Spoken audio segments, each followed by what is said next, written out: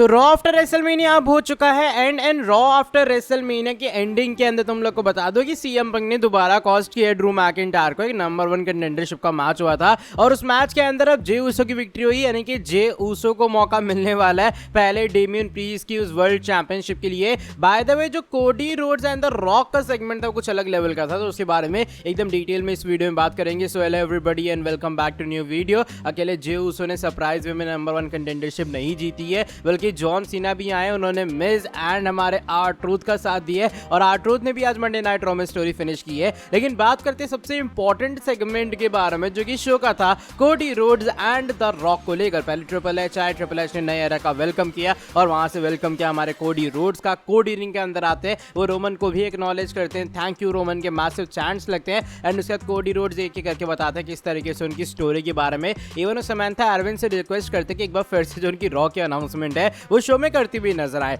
By the way जब यहाँ पर चीजें थोड़ी इमोशनल हो जाती है, वहां से फाइनल बॉस द पीपल्स शैम्प की एंट्री होती है। द रॉक आते हैं रिंग के बीचों बीच में और बात करते हैं किस तरीके से कोडी ने फाइनली स्टोरी को फिनिश कर लिया। द रॉक यहाँ पर कहते हैं भाई कितने सारे हिंड्रेंसेस आए उनके बीच में, लेकिन फिर भी कोडी रोड्स उन चीज से ओवरकम करा था। द रॉक कहते हैं कितनी स्पेशल चीज उन्होंने की थी कोडी के लिए, वो स्पेशल बेल्ट बनवाई थी, उसको स्पेशल नेम दिया था मामा रोड्स का। लेकिन फिर भी कोडी ने क्या किया, उसने नाइट 2 के ऊपर रोमन को पिन किया 1, 2 एंड 3 और इस तरीके से कोडी न्यू चैंपियन बन चुका है। द रॉक का यहाँ पे रिएक्शन हल्का अजीब सा था, पता नहीं वो गुस्से में थे, खुश थे या फिर दिखावा कर रहे थे खुश होने का। लेकिन उसके बाद द रॉक यहाँ पर क्या करते हैं कि वो बात करते हैं पूरे रेन के बारे में जो फिलहाल जो कोडी की है। वो कहते हैं ऑफ कोर्स भाई तू अभी फिलहाल चैंपियन बन चुका है, तेरे फादर तेरे को देख के बहुत खुश होंगे, हो सकता है मेरे फादर मेरे देख के जो मैं विलेनस स्टफ कर रहा हूँ ना उसको देख के खुश हो या फिर ना हो, मुझे नहीं पता है। लेकिन पता क्या, मुझे इसकी परवाह नहीं है अभी फिलहाल, बिकॉज मैं वो कर रहा हूँ जो कि मुझे करना है। एंड इवन वो कोडी रोड्स को यहाँ पर पॉइंट आउट भी करते हैं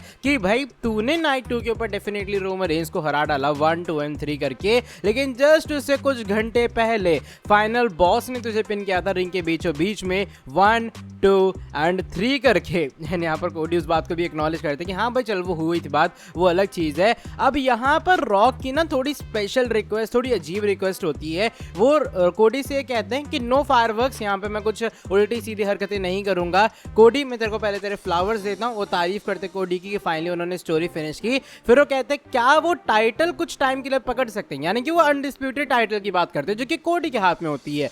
अब कोडी कंफ्यूज, क्राउड कंफ्यूज, क्राउड तो कहती है नहीं भैया ऐसा नहीं होना चाहिए, लेकिन कोडी कहते हैं सिर्फ एक शर्त के ऊपर, अगर जो तेरी चैंपियनशिप है वो मैं पकड़ सकूं, वही पीपल्स चैंपियन वाली। और एक फैन कहता है भाई वो तो फेक है, तो रॉक बताते हैं हॉल ऑफ फेम के अंदर मोहम्मद अली के हॉल ऑफ फेम इंडक्शन में मिली है, तो मेरे हिसाब से मेरे लिए टाइटल बहुत इंपॉर्टेंट है, दैट्स व्हाई उस चीज को वो कैरी कर रहे हैं। अच्छा फाइनली टाइटल एक्सचेंज होता है, कोडी रोड से एग्री करते हैं। अब वो कोडी रोड से टाइटल लेके पहनते हैं उसको और कहते हैं तो बड़ी अच्छी लग रही है मेरे के ऊपर। इसके बाद कोडी रोड्स का फाइनली एक्सचेंज दोबारा वापस करते हैं एंड यहाँ पर रॉक ये बात कंफर्म कर देते हैं कि भाई देख मैं आने वाला हूं तेरे पीछे, मैं जब भी वापस आऊंगा। और ये फाइनल बॉस का एक आखिरी मैसेज है एक बार फिर से WWE से जाने से पहले, बिकॉज मुझे जाना पड़ेगा लेकिन मैं वापस काफी जल्दी आऊंगा। कोडी रोड्स कहते हैं हाँ भाई तू आना वापस, मैं उस चीज का एकदम बेसब्री से यहीं पर खड़े होकर इंतजार करूंगा। अब जब चीजें यहाँ पर और भी ज्यादा एक सॉर्ट ऑफ हीटअप हो जाते हैं ना कि भाई देखो क्या हो रहा है, इसके बाद क्या हुआ कि द रॉक जो है वो थोड़े इमोशनल बिट ऑफ हो गए और वो कोडी को कहते हैं कि चल मैं अभी फिलहाल जा रहा हूँ, लेकिन कोडी आगे से तो कभी मेरा दिल मत तोड़ना। ये लाइन उन्होंने कही है और उन्होंने कही एक बार फिर से नो फायरवर्क्स, यानी कि कोई उल्टी सीधी हरकतें मैं नहीं कर रहा हूं, मैं तुझे कुछ देना चाहूंगा। वो अपनी जेब से कुछ निकालता है चश्मा निकालने के बाद और वो कोडी के हाथ में दिखाए थे। WWE नहीं दिखाया वो उनके हाथ में क्या दे रहे थे। एंड इवन कोडी को भी कहते हैं इसको तेरे को खोलने की जरूरत नहीं है, बस तुझे मैं इतना याद दिला रहा हूं कि आगे से फाइनल बॉस का कभी तू दिल मत तोड़ना। और कुछ इस तरीके से द रॉक यहां से जाते हुए नजर आए। तो ये कुछ आउट ऑफ नोवेयर अनएक्सपेक्टेड चीज थी, पता नहीं WWE ने क्या किया सेगमेंट से। और ऊपर से जैसे मैंने एक सेगमेंट करीबन आधे घंटे के अराउंड में था, इसे WWE अब आने वाले टाइम में क्या करेगी वो तो बाद में पता लगेगा। लेकिन रॉक ने एक sort of challenge let down कर दी है, कहा है वो वापस आएंगे कोडी रोड्स के पीछे, उनकी चैंपियनशिप के पीछे। एक और लाइन उन्होंने कही है कि भाई मे बी रोमन के साथ तेरी स्टोरी फिनिश हो गई होगी, लेकिन फाइनल बॉस के साथ में तेरी जो स्टोरी है वो कोडी जस्ट शुरुआत हुई है।